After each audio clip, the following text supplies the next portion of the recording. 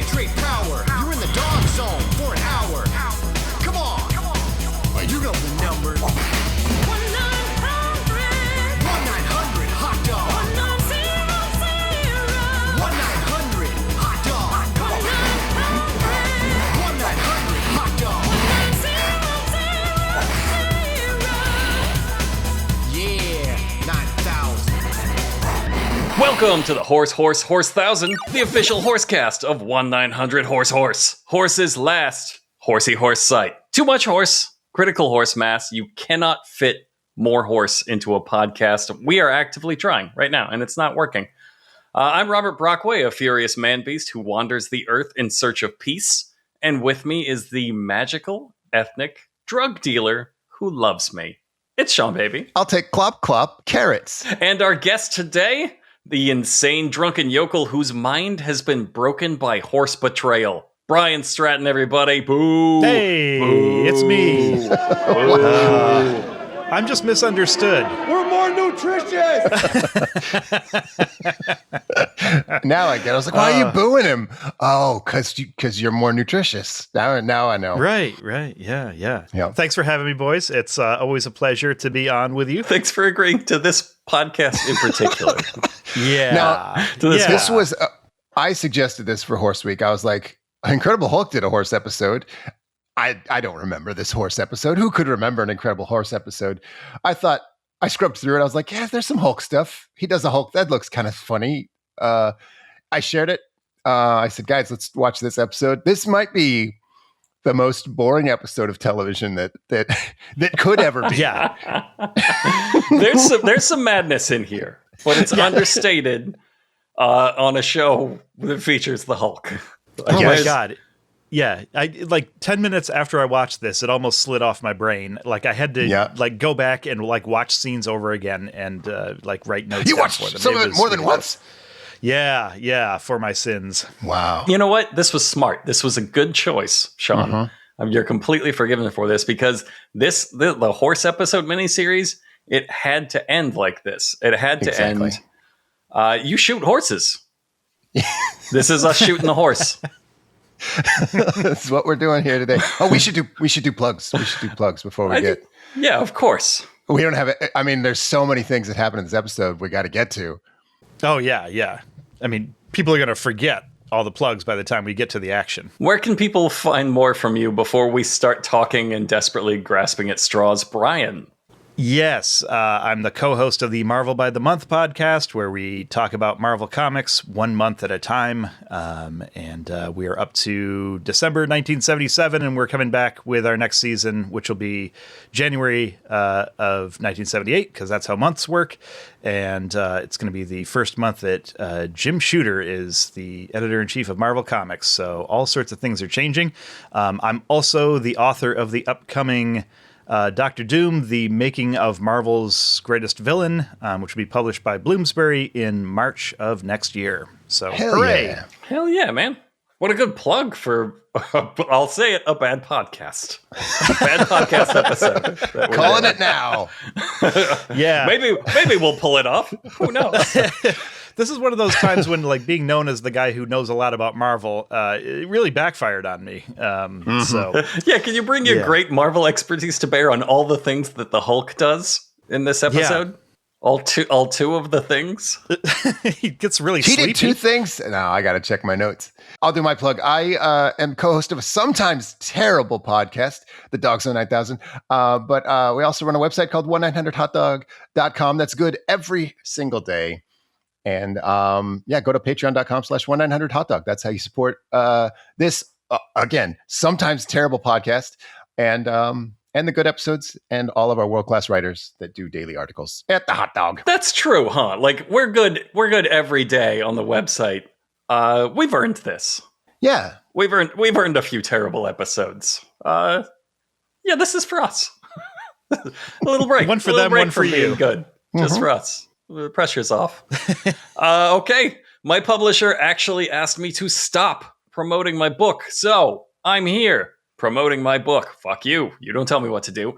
It's called I Will Kill Your Imaginary Friend for $200. And if you're listening to this in July of 2026, Right now, the audiobook is on deep discount on Audible right now. It's $6.99 until the end of July. And the audiobook, it rules. Shit, Sarah is the narrator. She did such an amazing job. Like, it really sounds like full cast audiobook. You won't believe it. So even if you've already read the book, like $7 worth it just for the performance alone. And if you're listening to this after July 2026, suck my dick. There's a reason they stopped asking me to do this, is all I can say. These are all really good plugs today, I think. Yeah. We're using up all the goodness on the plugs. On the plugs. All the rest will be bad. All right, let's get to the horses. I'm going to start with some misogyny right from the top. There was this episode had 2 lady writers for this horse episode. And each of them, I think, had the same idea. They're like, what if Incredible Hulk didn't fight anyone or do anything except maybe save one horse? And then they combined their ideas and used both. It's like horse scientists always say, ladies love horses. They do love horses. It's a fun Hulk fact. Okay, if you're just picking an episode at random, this is the end of a mini series we're doing on horse episodes in television. Just for some reason in the 70s and 80s hour-long drama era, every goddamn show eventually ran out of ideas and was like, well, we got to do a horse episode. No matter, like, Knight Rider had one. You got to have the talking car do a horse episode. The Hulk, you got to have the Hulk with the horses. Like, you just absolutely cramming it in there. And a lot of them have, like, the same plot structure. It's almost always about, well, it has always been about horse racing in particular. Like, that was just a huge fucking thing in the 80s. Which I can't really vouch for. I guess I was too young to be paying attention, but a lot to do with horse betrayals and mostly horse fraud and horse counterfeiting. Oddly enough, in the horse episodes, a lot of horse disguises. This broke every trope. Yeah, is this the Black Beauty effect? Because there's a movie, a Black Beauty movie in the early 70s, and I think there's a TV series not long after that. And I get the feeling it must have been successful enough that everyone was like, we got to get more horses on television. What did he wear a disguise at some point? Was he like Black Ugly at one point? Oh, that sounds like a real different movie though, huh? Yeah. Black Ugly. I'm not clicking on that. Moving on. Okay, so this is the Incredible Hulk season 2 episode 5, Rainbow's End. This is the 70 series, of course. The Incredible Hulk. If you didn't, I'm not explaining the Incredible Hulk. This is the one with I bet people Ferrigno. don't remember the show. Yeah. They painted a bodybuilder green. They changed his name from Bruce Banner to David Banner. I think there was a street rumor that was because Bruce sounded kind of gay, but that's what I always heard. It had to have been like some sort of a rights issue. Like they sold Bruce Banner rights to somebody. Like there's no way that's a thing, right? I think it's just like they didn't want to do the comic book alliteration. Like, it sounds a little goofy. Maybe. I couldn't remember names, so I made everybody's name alliterate. Even though Bruce Banner sounded like a man I would kiss in the toilet. I said, keep it in, because I'll forget if it's David. You're allowed to do this one. You're allowed to do this impression. Yeah, that's my Shaq voice. Congratulations, listeners. That's really good. Fuck, I thought that was your Dennis Miller. Okay, so when the episode opens, we are doing indeed horse racing again. David Banner is drinking at a bar as the Hulk, which doesn't seem like a good idea. Like I wouldn't go drinking if I was a metaphor for anger. Yeah. Now you say drinking at a bar. This to demonstrate the pacing of the show. This guy has like a little can of beer that he slowly pours into a glass for, I don't know, 22, 25 minutes. This isn't like a nice tap where he's like, oh, let's chop together a scene of a guy in a bar. No.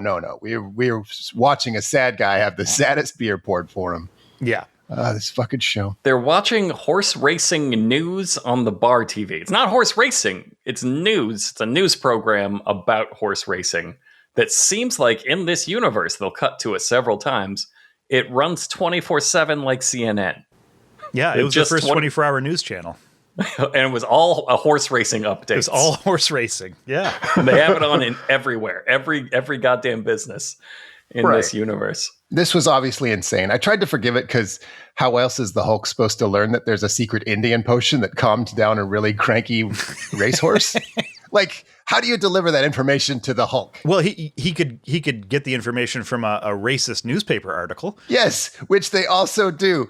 We have two different expositions. I'm sorry. Like, I know this is bad form and everything, but can we not jump ahead? Because we need every goddamn minute. All right. It's a good point. Good point. Okay.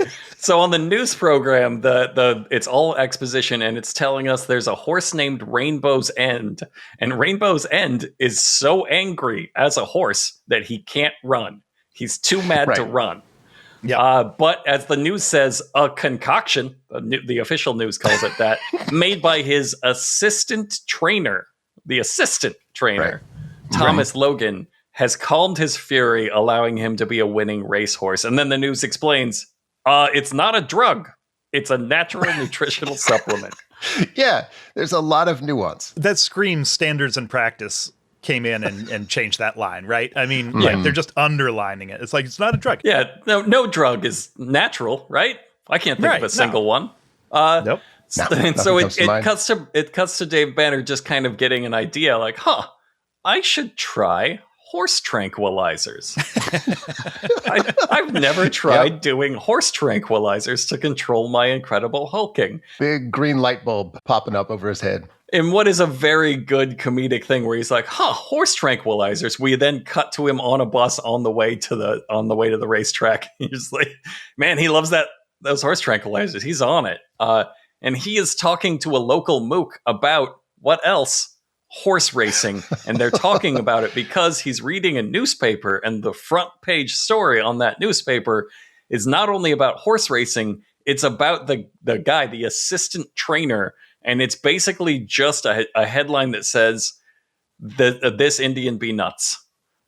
Yeah, it's, and the conversation's not less racist. I did take a clip of this. That Thomas Logan sounds to me like one crazy Indian. I don't know, he seems to be onto something. With that homebrew stuff? No way. A mean horse is a mean horse.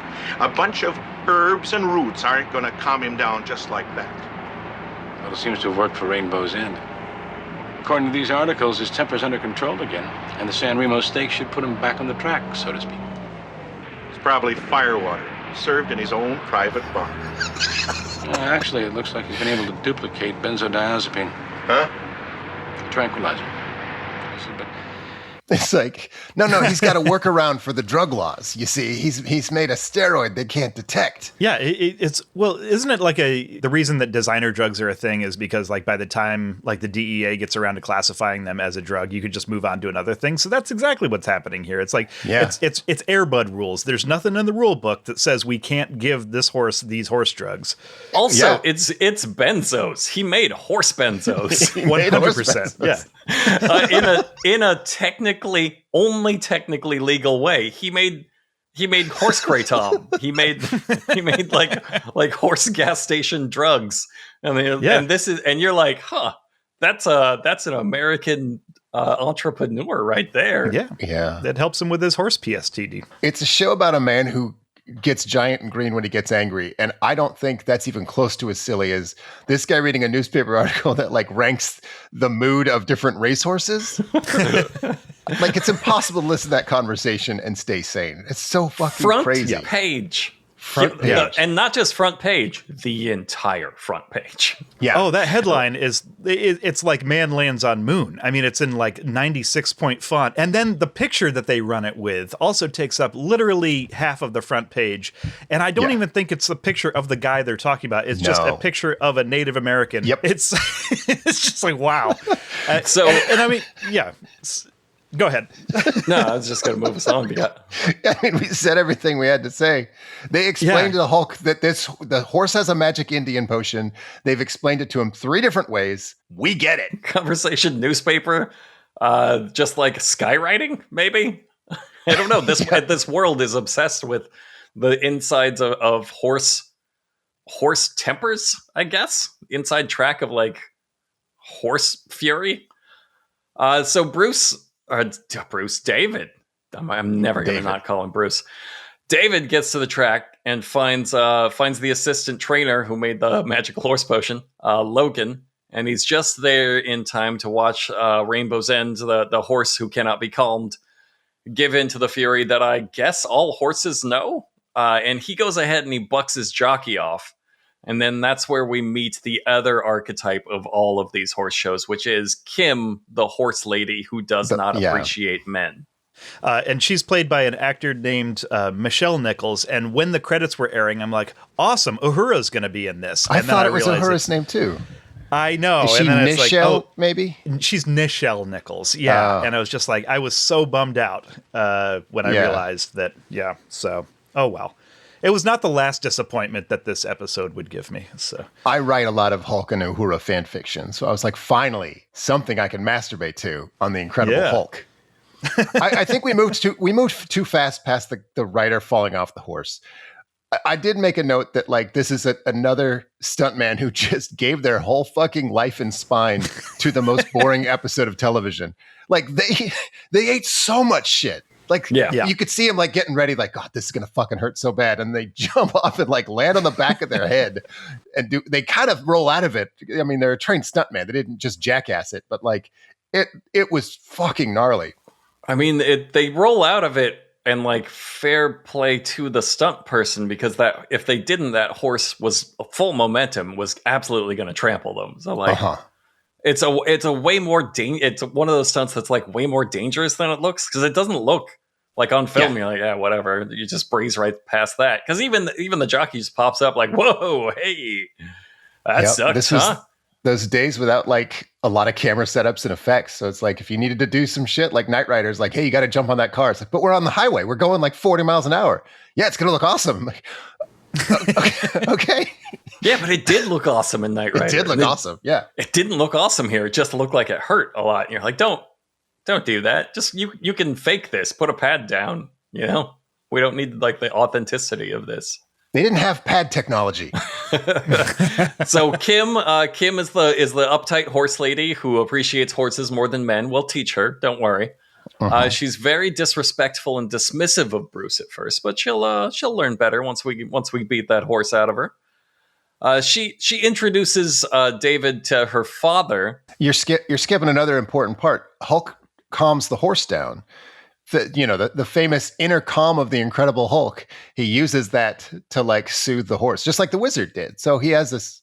Our hero has an extra horsepower on top of the other stuff. Just extra horsepower. That would have been a good name for this show, for this episode. What's fascinating to me about this episode is that it turns out David Banner knows a lot about horses, like in horse racing, like so much more than you would expect. Whatever he's supposed to be, like a nuclear biologist. But maybe it's one of those things where, you know, like if someone is smart in the Marvel universe, they're a genius at everything. So so maybe he's just like a walking encyclopedia of all facts. This is universal in the horse episodes we've found. Every single person, like they never use the like, I'm a straight man here, I don't know about this world, let's have you explain it to me, and like I'll be the audience stand-in. Never happens. Everybody is like obsessed with horse racing and knows everything about it. Yeah, the Wizard knew another secret like Indian potion to rub on the horse in his episode too. So I guess they did get one trope right here. Horses love Indian potions. That's what I'm trying to say. They love those Indian benzos, man. They hit different. I don't know. You know, probably firewater served in his private bar. That last part, that private bar, was really weird to me too. It's like, what kind of racism is that? Like does he mean like on reservations or something? Like, is he mad he can't go drink at a reservation? He's a Native American. He must have a tiny little horse bar that he tends. Like, I don't get it. I don't get it. Well, you know, racism is inexplicable. You know, the fact that you don't get it means you're a better person. Oh, thank you. Oh, yeah, you're welcome. A lot of people say that about me. You're a fucking idiot and a non-racist. And I always take it as a compliment. So Kim introduces David to her father, whose name I did not write down. I just called him Horse Daddy for all of my notes. A lot of Horse Daddy in this document. I think his name is Mr. Kelly. Mr. Kelly. I'm going to call him Horse Daddy. Horse Daddy's better. A concession. I might call him Horse Daddy Kelly, like he's a 70s action hero. It messed up my notes because I thought they said Kelly so often that I thought the girl's name was Kelly, and then they called her Kim. I'm like, oh well, now none of these 7 words of notes make sense. We also meet the owner of the horse. You assume this is going to be the evil horse counterfeiter based on his name, which I did write down is Lawrence Henry Carroll III. And like anytime you say that in like an 80s show, you're like, oh, that's a bad guy. I liked him because in the credits, I think the actor also has the 3 names. And they're pretty long. So like when it said and also featuring, and then it said his name and it took up the entire screen. And I thought it was like, oh, that's kind of an interesting thing that happened in this episode. That's worth taking note of because nothing else happens. I wonder if it would be worth it to point out here that my full name is Robert Clinton Brockway IV. Wow. I have been the villain of this podcast all along. Surprised. Dun, dun. Yeah, it checks out. Nobody steal my identity. Or do. Fuck it. You know what? I'm not really using it. 3 other people have already had it. You're right. It's a well-used identity. You're welcome to it. So David Banner calms the horse down. They offer him a job on the spot as a casual thank you between strangers, because this is how life used to work. This is how it used to be, for like a random white man would walk in and be like, do somebody a small favor. They'd be like, you got a job for life, buddy. Yeah, Drifter rolls in from out of town. He gets a manual labor job and immediately starts asking about horse tranquilizers. And it's like, you're the hero of the story, bud. Because he does. You're right. The next scene is he meets Logan, who makes the horse benzos, and is like, whoa, cool guy. How about those horse benzos, huh? He thinks he's a reporter, which I thought was funny because I think your first guess would be cop. He'd be like, you're DEA. Who the fuck are you, pal? Yeah, everyone in this series is so afraid of reporters. Mm-hmm. Like, and maybe this is a post Watergate thing, when like reporters were feared and respected. But like, Banner is constantly on the run because there's an investigative reporter who's, I guess, going to write about the Hulk. Like that's his worst fear. Right. And Logan is he doesn't want to. Well, they're actually scared of the same reporter, so maybe they're just scared of Jack McCall. Yeah, that's another like real trope in the 80s. Like, is like the all powerful reporter. Yeah, like the massive like power that reporters wield in our society, which did not hold up. Spoilers for reality. I feel like this might just be because the writers' room at the Hulk has to be constantly like, well, we got to get him to the next town, like. Oh, he does something and a reporter sees him. That's probably just like an internal logic that they couldn't help but like adopt the main enemy of Hulk is the media. That's the reason he always has to move on. And he could actually find perfect peace if the fucking media would stop reporting on his rampages. Leave Hulk alone. That's Rampage. Yeah, well, and also like, I mean, obviously in Hulk comics of the time, like the army was his nemesis, and so like he'd be chased from town to town because General Ross would keep showing up with tanks and things like that, and you're not gonna do the army every episode on the Incredible Hulk's TV budget, so we're gonna downscale that to a reporter. That was the A-Team's nemesis too, was the army, but they got around the budget. It was just at the end of every episode, like, oh no, some army lights, we better get out of here, and then they would leave. Sometimes they had the one army guy show up. You really only need one guy to represent all of the army. That's They're true. just like, the rest of them are just off frame. John Army's here. We gotta get the fuck out of here. So Logan explains that his grandfather originally used the horse benzos to hypnotize feral wolves, which seems like an insane thing to say, but David just nods like, yep, magic Indian shit, just like I expected. I didn't know if he put that on meat and left it. It sounded like he just sort of coated like a perimeter around their territory with like the goo. Like he just painted a circle around their village with. No, he says it like calmed them and tamed them to be their pets. So he had a drugged wolf army at some point. Okay. Yeah. So he found a pack of wolves. They got together. They tackled all the wolves and shoved the potion down their throat. And this calmed them. Okay. No, I buy it. You could do that. Yeah. Can I say this episode could have been about that? Yeah, I would have really liked it. This episode could have been about a guy who drugged a pack of wolves so that they had to obey him, or else they wouldn't get more wolf drugs. You're like, that's a better episode. That's a kick-ass episode, man. Mm-hmm. David doesn't really care about any of that. He's more worried about the stink on the horse's girth. I'm sorry, I said that wrong. Here's a clip. Is this Rainbow's girth? Mr. Logan, do you use some kind of special saddle soap on this or polish? Sure I do. There's stuff in that can right there. Hell yeah. Girth oil. Special girth oil for the horse. Special horse girth oil is what that is. I'm sure this is a real horse thing, but I'm a child, so. I have no notes. This is what happens when you let two ladies write your Incredible Hulk episode. So it turns out somebody switched out the girth oil for acid, causing the horse to throw its jockey. And I'm telling you, yeah, you switch out my girth oil for acid, I'll buck too. Yeah, You'll feel it. She'll feel it. Everyone in the whole orgy will feel it. We weren't explicitly talking about the horse orgy. That comes later. Oh, you're right. So the horse daddy comes in. Speaking of horse orgies, the horse daddy comes in and he is just aggressively uninterested in the girth acid. He's like, nah, who cares about that? Somebody acided a horse. It happens all the time. You're like, okay, well, I guess you're the bad guy then. Yep. He's a real dick. And he doesn't care if you're boiling horses. Look, I mean, we've all seen a lot of TV, so obviously this guy is being set up to appear to be the villain, right? I mean, there's going to be a twist in Act 3 where you realize that, we had him wrong the entire time, and it turns out he's being framed for all this. So this is just one of many clues that I was expecting was going to add up to that. It does seem too easy because you just introduce him and you're like, well, he can't really be the villain. Otherwise, what's the point of this? Just right. Yep. Everybody solved it the second they saw him. We got to be like 15 minutes into the show, and obviously nothing's happened, but also nothing's been solved. MacGyver would have solved this 10 minutes ago. Yeah, and then had nothing to do. Had to invent some sort of insane worldwide betting scheme heist just to fill the time. I remember thinking, God, nothing happens this episode of MacGyver. I was so naive. There was this whole other basement of nothing happening that the Incredible Hulk was ready to show me. Secret basement of nothing.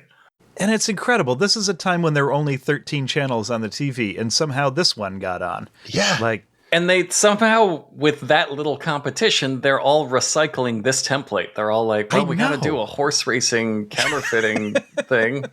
What if we lost the counterfeiting? What if we lost everything except the horse? Hold on. I've got an idea. What if instead of all of that, there's just one guy who fucking hates horses? Ooh, that's good. We've got our acts 1, 2, and 3. Yeah, that's it. I don't need any more. I got an hour of show. So later, Bruce asks the assistant trainer, Logan, if he can try some horse tranquilizers. Again, a little red flag from your new hire. And then he describes his Hulk powers as kind of like an attention deficit disorder that he blacks out from. It's like I got this thing. It's like he's not wrong.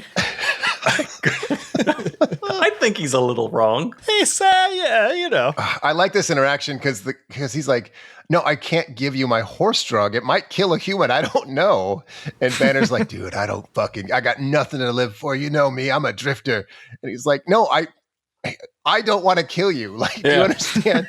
So that's their conversation back and forth. Kim, the horse lady who has to learn to value men, she starts briefing David on the experimental horse radar that they use to track the results of the race instead of time, instead of just using a watch I'm pretty sure they still do to this day. And the text of the show explicitly says, this was all done fair and square, but my dad sold the patent of this to that other guy, and he's really cranky about it because now it looks like it's going to make a bunch of money. The show just went out of its way to say yeah, right. And this was all above board. Nobody did any scheming. My dad's just cranky because he made a bad call. Yes. Yeah. I was like, what the fuck? So he's just the bad guy, even in these fucking financial circumstances? Even according to his own daughter. His daughter's just like, yeah, he's just being a real dick. Yeah. Yeah. All right. They want to reassure you that there's going to be no depth or complexity to any of these characters, so you don't have to worry about that. I think I have a theory that they're trying to lull us into a hypnotic, sleepy state so that when the Hulk does show up, we'll be shocked. We'll be like, oh, what the fuck is a green guy doing here? I think that's what all of this is for. I forgot what show I was watching. Thought this is the one about horse lawyers. Is there one about horse lawyers? So we got to later at a horse party with David and Horse Daddy, evil Horse Daddy comes in. He's all drunk and pissed off at the owner guy for stealing his prototype horse radar. Even his daughter is still fully against him, and he takes off. And David runs out to follow Horse Daddy and directly sees him lighting the horse palace on fire. Well, wait a second here. Horse Daddy shows up at the party. He's drunk. He's furious. Obviously, this is being set up so that he's going to be framed for, going after the horses and bringing down the rich guy's horse business. And then, when the stable does catch on fire, but we never actually see Horse Daddy lighting it. We see a hand with a match. But again, we've all watched TV before. This is being carefully set up so that we're going to suspect it's all Horse Daddy's doing, but we're going to realize that someone has been framing him, and it's probably going to be the rich guy who took advantage of him. Of course. Yeah. This is absolutely what's going to... Oh, wait, no, that's him clearly lighting the barn on fire. But then they'll have to prove it. Oh, nope, there's the main character seeing him do it. Huh. Yeah. Like it gives us the weird close up on the hand. Like we're not going to show it. So it's going to be in question. It just seems like it. And then it seems like almost a camera mistake when they pull out and just show that guy running off screen. Yeah. That wasn't supposed to happen, right? 4-3 issue? Like, was this supposed to be letterboxed? I don't know. It's just from the original version. He's just not there. So David runs in to save the horses from the fire, but Rainbow's End in particular gets so pissed off that he does half of a horseback flip and almost dies. Dude, holy what shit. What the fuck is this shot? It's like shot up in the barn, like down at the horse, and then it just body slams itself like something terrible went wrong in the stunt.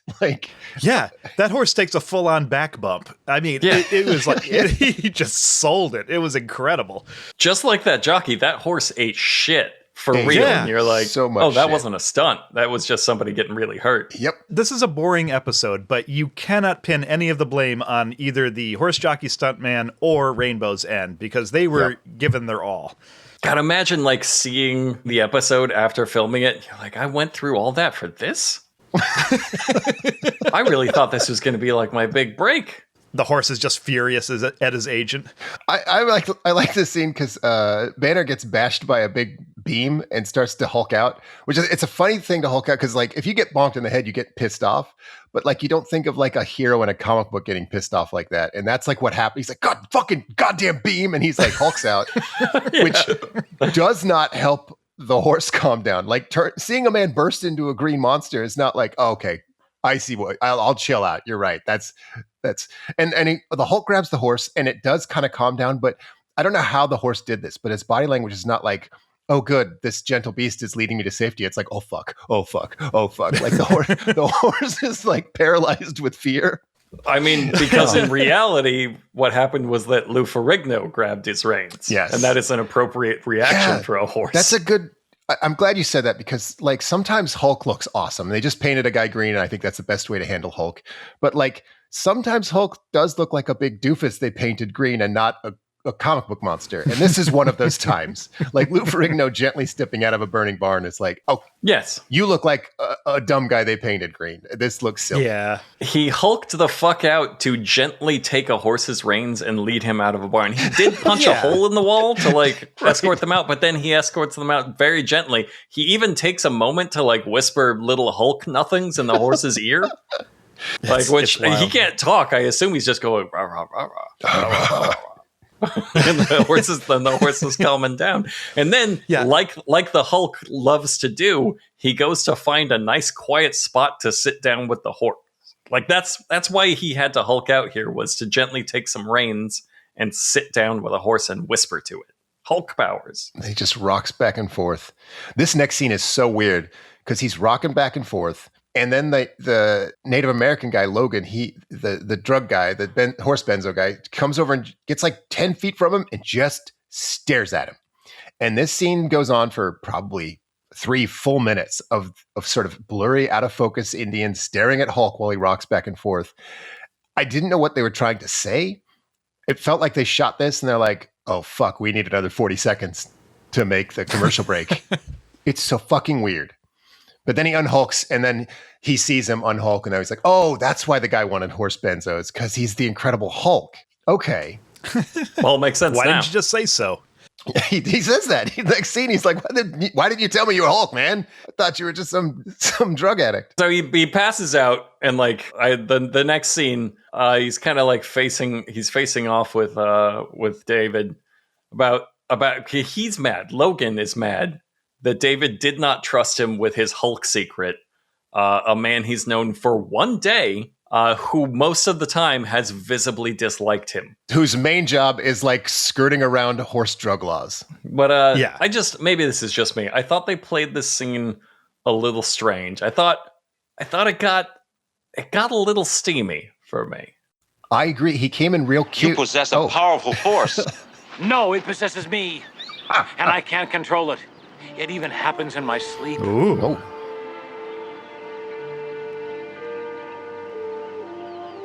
We begin the treatments today.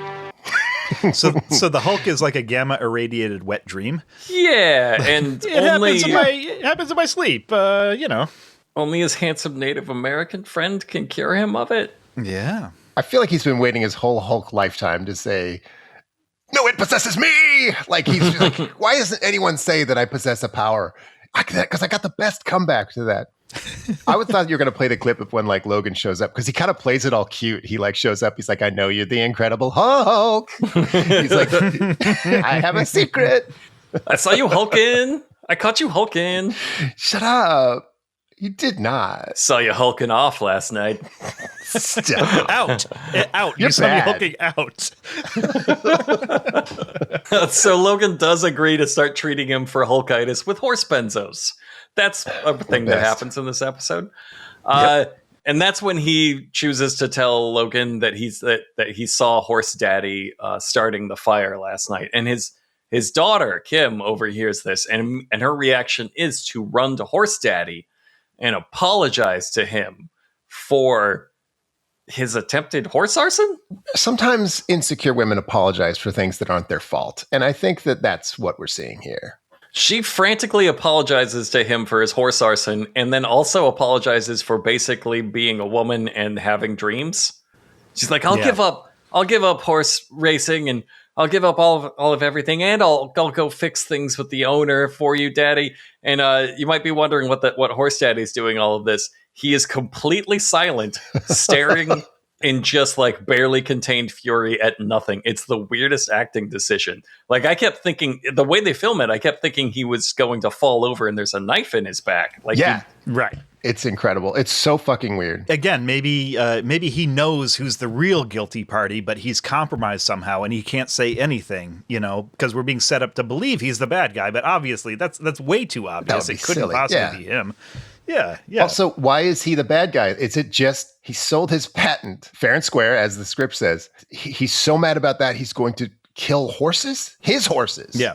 Yes, he's going to burn them, which is another trope in the horse episodes. In every horse episode, they got to burn the horses. Why did we really want to burn horses in the 1980s? You got to have a stable fire. You can't do a horse movie or a horse TV episode without a stable fire. Is that the fucking word? That's what that's called? This whole time? Oh my God. That's all it is. I've been calling it a horse palace like an asshole, and nobody has ever corrected me. Stable. I think this is just the only way to eat a horse in the 80s. Like, people wanted to try it. Wasn't socially acceptable. They got to be accidentally barbecued. Like, and then, what are you going to do with that barbecued horse? Yeah, it's honoring their sacrifice. Honoring their sacrifice. It's not poaching if you find them on the side of the road. Gotta go for some smoked horse. But how? Wait a second. What if we filmed an entire episode of The Incredible Hulk and accidentally smoked a couple of horses? What if we put the horses in a wooden building that's filled with straw? There's no name for it, but like a makeshift horse oven. An unstoked horse oven is what you call that when it's not on fire. This can't be right. My notes say 11 minutes of potion making and tense, longingly staring at one another. No, that can't be a TV show. All right, it wasn't just me. Yeah, the horse potion making, really erotic. A surprisingly erotic scene. Yeah, there's just so much tension, but obviously there's none of that in the plot. It's just like these actors are like, God. I guess they're worried the potion might kill the Incredible Hulk, but I don't know. Yeah, it's not how it scans on either party. I do like that he's like, well, giving you this potion might kill you. I've never tried it on a human. And then when it's ready, he takes a little sip for himself, just like a little horse tranquilizer for the chef, please. And then David drinks it, and he heads off to sleep and have a very strange dream about his dead wife, who appears to have died 3 times from shocking herself with some sort of machine and then throwing herself out of a car in a hurricane and then running down an alley and getting electrocuted by an electrical box in the hurricane. Yes. Yeah.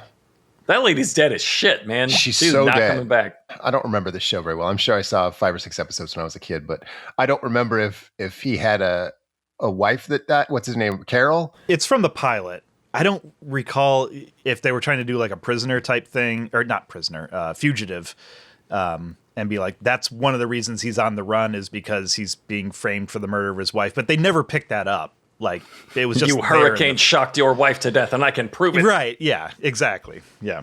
There's also like Goofin, like Love Goofin. So it's like this long montage of death, and then it'll cut back to like arm punches and like walks on the beach and days at the carnival, and then back to another death. And it's I don't know. It's weird. It also goes on for a really, really long time. God, they really did have to kill some time with some pre-recorded footage in this episode. They knew. The notes I have about this is that basically 80% of their courting seems to be taking long walks on the beach and looking through microscopes together. That's how nerds do it. Yeah. Look at your paramecium. I love you. This is why you don't break horse tropes. This sucks. This sucks so much shit. The point of all this is to prove when he abruptly wakes up, oh my God, he hasn't hulked himself. Yeah, he didn't sleep hulk. Yeah. He did sleep. He slept in his jeans, though, which is weird. But I mean, if you hulk yourself every night, you got to sleep in your jeans. Jeans is an insane choice for the Incredible Hulk because he bursts out of his clothes. But if you wear like some nice sweatpants, I'm sure this point has been made by every hack comedian in the 80s, but like there are clothes that do not explode when you expand. He could just wear larger clothes. He could wear like a Michael Jordan suit. Yeah. I mean, why are you wearing? Clothes are expensive. I wouldn't wear anything at all. I just hang dong and then have my huge Hulk dong out the whole time, which is like, that's not a problem. Yeah, it's a for pretty anybody. good way to handle it too. Yeah. Yep. That potion guy would fucking love that. So over in his trailer, Horse Daddy is watching the Horse News channel that runs 24/7 in this world and just cleaning his sniper rifle in preparation for, I don't know, what the fuck is he gonna do? You're like, who is he shooting? Is he gonna shoot the owner guy? Like, why is he watching the horse race and getting pumped up? He's not gonna shoot the horse, is he? Why would that do anything? Why would he assassinate the horse at the big horse race? Like, what? Yeah, well, I mean, we're meant to think it's like, oh, he's crazy, he's going to shoot the horse. But obviously, what he's going to wind up doing is he's going to shoot the person who's the true villain of the story, who he knows about, but he can't talk about. Exactly. Because we've all watched TV. We know how these things build. Because if you live next to a horse, you don't kill the horse in the most public space while it's moving at its top speed. That would be an absurd thing to do. So this must be something else. Yes, of course. So it's the next day. We're right at the track for the big race, and Logan is telling David that he, the strange drifter that arrived one day ago and asked for horse benzos, shall be running the prototype horse radar device. That is, I will remind you, the only one in existence, and so valuable it has driven Horse Daddy completely insane. Yeah, and it's a good thing he's there because it requires a lot of operation. If he was to step away from that for a second, there's no way it would operate. There's a thing about this scene that is maybe worth mentioning where Logan walks up and he and the Hulk, again, the famous monster who walks among these people who he just met, they just built a potion together that calmed his incredible fury. He walks up to him and they talk about several other things first. He's like, oh, hey, David, what's happening today, buddy? Not like, did the potion work? Did you turn into a monster when the madness touched your skin? I'm just saying it's the first thing I would bring up. It's like, hey, Incredible Hulk, did that Incredible Hulk potion work last night? But he's like, oh, yeah, it's a pretty nice day. Oh, we got to do this horse machine. I'll show you how to do it later. Oh, now that I'm thinking about it, we got some shit in the back that needs to get shoveled. Oh shit! Now that I'm really thinking about it, did you turn into a terrifying demon last night? I think they're playing with what you would expect this scene where like the two characters you've always wanted to get together finally got together, and then the next day they're like kind of awkward around each other. They don't want to bring it up. Yeah. Like, that's what this is doing. Yep, the sexual tension was hotter than banging it out. Mm-hmm. Doesn't this also seem like they're setting something up where Banner's going to have to turn into the Hulk to save the day, but because he's tranquilized himself, it's not going to be able to happen, and that's going to present like an additional complication in the climax of the story. That's exactly what I thought they were going to do. How this episode is going to end. It can't. That's end how it's any supposed other to go, right? Yeah, yeah, and he's supposed to learn that like maybe he needs the Hulk, like that right. He needed the Hulk and he wasn't there, and like this, he needs to rethink removing him.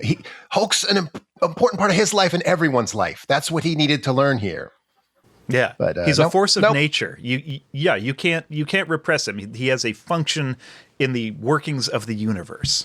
Yeah, right. So I mean, well, we'll get there. Like, well, there's not that much more to go. Surely this will all happen. All those things you said.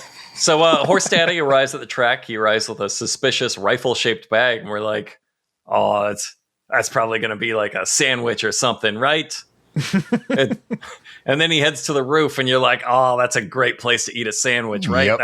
That's what's supposed to be really going on. Yeah, he's going to bring that to the real sniper, and then that's a trap or a listening device or something. My notes say that there's a lot of regular track announcements, like, "Hey, we've got some replacements here. These are totally irrelevant to the plot, but Fancy Pants Dan, it's going to get replaced." It's just, I swear to God, they just filmed real racetrack announcements and left it in the show. There's a bunch of cutaways to a crowd looking completely normal, even as things ramp up and become more intense. Yep. Yeah, it's just like it's a very, very strange choice to just like cut to B-roll of stuff that continually undercuts any of the momentum or we're skipping ahead to one of the things that happens, but when Hulk hulks out, it cuts to this exact same B-roll of people not interested in anything that's happening. Yeah, there's certainly no Green Man there. Yeah. We're at 51 minutes, including fuck around time. So like, I can't believe we talked about this episode for so long. There's been a lot of fuck around time. Is this now longer than the episode? Yes. Mm-hmm. Yes, it is. Just clarifying. 4 minutes. So the reporter guy, who's the method that makes David leave at the end of every episode, shows up apparently late. Yeah, they usually give him something to kind of do in the plot. Like, he hassled the Indian earlier. He was apparently having a really racist conversation with Logan, because Logan picks up the phone and he's like, "God, this fucking reporter."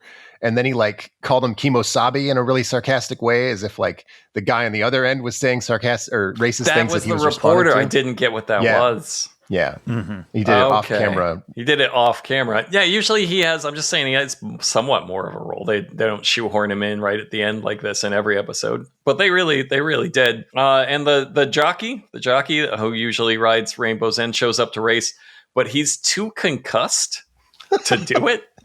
And then like you're waiting for the turn. Oh, he's actually been drugged, right? He's like, "Oh, I'm so hot, I'm dizzy, I can't stand." And they sit him down, then it's like, no, he just got a fucking concussion from that. It's just passing out on his feet. He's never gonna be okay again. And Banner's the only one who saw it. Banner's like, "Oh, that guy that just fell over. He probably shouldn't be riding a horse. He did just bash his skull open yesterday." So instead, Kim, the horse lady, will be riding Rainbow's End in the big race. Uh-huh. Yes. And the original jockey, whose name is Andy, this is the second of his 2 acting credits. So it's amazing that his performance in this didn't just open the floodgates to a ton of more work.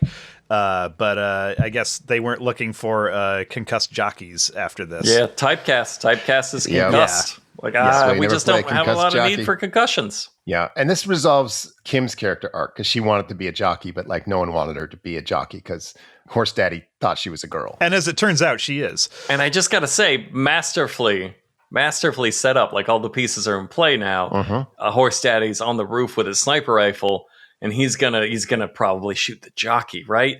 Only he doesn't know. Like, the switch has been done. Like, now we're setting it up for a great tragedy, right? It's almost like a real story, except the guy had no reason to shoot Andy, or, this is important, the horse itself. There's no insurance scam that he's trying to get. He's just driven mad by a bad investment, and he wants to kill his own horse.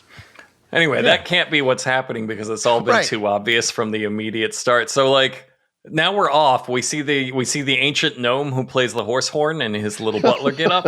I told you I didn't make that up. I didn't see it again. I missed it again. I swear to God, it's there. I don't think you're right. That's what starts every horse race. Is apparently an aged little gnome in a butler outfit who plays the horse song. I can't stress this enough. He's not real. Don't indulge this, Bryan. He needs to know the gnome isn't real. Trumpet horse gnome is real, and he's coming for you. So David is manning the horse radar, the all-important horse prototype radar. Like, surely that's going to do something. And then that's when he spots Horse Daddy on the roof with his rifle. So I guess it was just Horse Daddy he's got the rifle, but they're like, oh, maybe he must be out to shoot the real bad guy. Surely at the end of all of this, he's gonna do something. Right. Shoot a crippling spike off of the horse at the last vital moment or something. Or he's going to shoot the radar box, and then the rich guy's not going to be able to sell it, and no one gets it. Because there's only one. Right, there's only one. And there's it's only incredibly one. Valuable. So, but no, he is truly up there to assassinate a horse. That's what he's gonna do. He aims at the horse. We watch him aim at the jockey, see that it's his daughter very clearly, like blonde hair and everything, and then pan down and be like, still gonna kill that horse. He's like, he's a real Lee Horsey Oswald. We had to end it on a point. I wish we could just throw to the theme song on that. No, there's more episode. There's more episode. Something does finally happen because he does see that and then runs the other direction. I wrote that down like, no one's going to believe this, but that's what he does. And then he finally is like, I should get up there and stop him. And so David Banner is, he just eats shit. He gets like 10 feet into the crowd and just falls and gets trampled. Just trips on nothing like a nerd. Someone spills some coffee on him. He gets so fucking pissed off. You can't. You can't Hulk out like this. You can't Hulk out at like things I would get pissed off at and then be embarrassed about. Like getting pissed off didn't do anything there. I love it. I love that he bumps against stuff. This transformation scene is so ridiculous. He gets the coffee spilled out, so like someone steps on his hand. It's so Naked Gun. Like I expected him to stick his hand in a mousetrap and then like get a bucket stuck on his head. Like it's ridiculous. Somebody cuts him off in traffic, just hulks out. Like no, it's not. That's not the Hulk. That's not everyday annoyances. Like something the top like flies tripping. Off. He's in a Flintstones car now. So he hulks out in the middle of this crowd of thousands, and They do have a sort of a crowd shot with Lou Ferrigno in the middle of them, and still they didn't tell any of the extras to act like they've seen the Hulk. Because they don't give a shit that Lou Ferrigno's there. They don't give a shit. It is such a great comedy cut to have Hulk jump up and be like, I am the Hulk, and cut to the crowd just not giving a shit. They don't even really want to move because his job is to like move through the crowd, and it looks like it's kind of difficult. Like he's gesturing like, you fucking move. Please, out of Hulk's way, please. At the very least, I'm a Lou Ferrigno-sized man. This could be trouble for you. But no, so the reporter sees it, and he runs to follow the Hulk. And Logan sees it and shakes his head in disapproval, like, I can't believe he hulked out. I can't. Yeah, but it's your potion that didn't work, asshole. And all that, the Hulk runs to the roof to stop a horse assassin. That's seriously what's happening here. He bursts through the door. And he hits the Horse Daddy with a pipe and then just throws his gun into space. Yeah, they do not show where it lands. Yeah. This could have landed in the crowd. It could have landed on a horse. I would love the follow-up be it lands on the grass and shoots the horse anyway. And you're like, no, this was Final Destination, but for horses, the horse was meant to die. Oh, fuck. So then he just runs away as the cops get there, and we get a shot of him just running through a busy parking lot in broad daylight for a long time. It's really fun. Like it lasts like at least 30 seconds. Yeah. It's so funny. It's funny like when he starts to get farther and farther away, like it was the right choice to not cut because it gets funnier as we just watch him. It went on so long that I stopped laughing, and then I started thinking like, did they really make Lou Ferrigno run like a mile and a half outside with no shoes on? Like that's really fucked up. In a horse racing parking lot? Yeah. Think of all the benzo needles he's stepping on. Yeah. Oh my God. Yeah.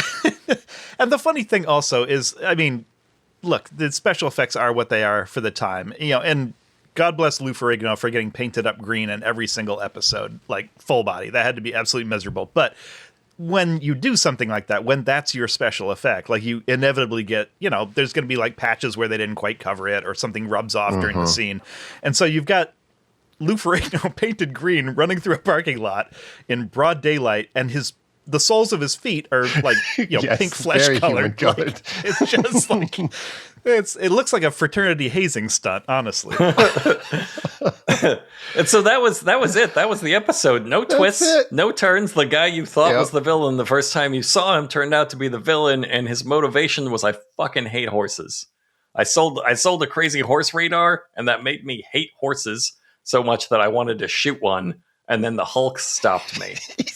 He still had so much in his life. He owned a ranch and horses and had a successful daughter who loved him. He was still a part of this business. He still owned a stake in the horse. He was still employed in that and was going to benefit in some way. Incredible. Later on, after he's de-hulked and come back, which is very funny to me, what did the Hulk go do? Why did we have to run off in the parking lot and then circle back? Just go find a place to hide and de-hulk like you did. But no. He comes back. David is saying goodbye to Logan, the horse trainer. He's given up on horse tranquilizers entirely. This was a dark period in his life. He's moving on to head off into the sunset. When Kim comes along and she tells them that her horse daddy is talking to the police and everything's going to be okay. So he's not under arrest. We're on horse daddy's side. We want him to be okay. He should be in jail. For what? For what? Attempted horse murder. Trying to prepare a delicious roasted horse. You're right. That's if you put it like that, you should be a horse lawyer. That was a really good defense. Would you have put Anthony Bourdain in jail for that? No. That was seriously the ending, is the bad guy that we've been taught was doing all of this out of pure blind evil hatred. He's going to be just fine, everybody. He's going to be just fine. Don't worry. Yeah. I bet Hulk does sort of fuck up court proceedings. If part of your defense is the Hulk was there, it's that is a really good point. Yeah. So that's the end. And as is the end of every single episode of the Incredible Hulk series, it ends with David walking off into the distance as the exact same sad music kicks in, just being well, no, he's sad. He's gotta go. Which is how every episode of the show ends and how our horse episode miniseries ends. Goodbye, everybody. I didn't want to go, but I gotta. Gotta keep moving on. No more horses. The potion did not work. If someone spills their coffee on me, I'm gonna fucking kill everybody in this place. Einstein, Hunter, Frankfurt. Einstein, Hunter, Frankfurt. Unser Podcast genau. Und mit maximalem Schau. Dogg Frankfurt Podcast. Korrekt. Ja. Der Kraft ist nicht ohne. Schick die in die Hundezone. 4 eine Stunde. Komm schon.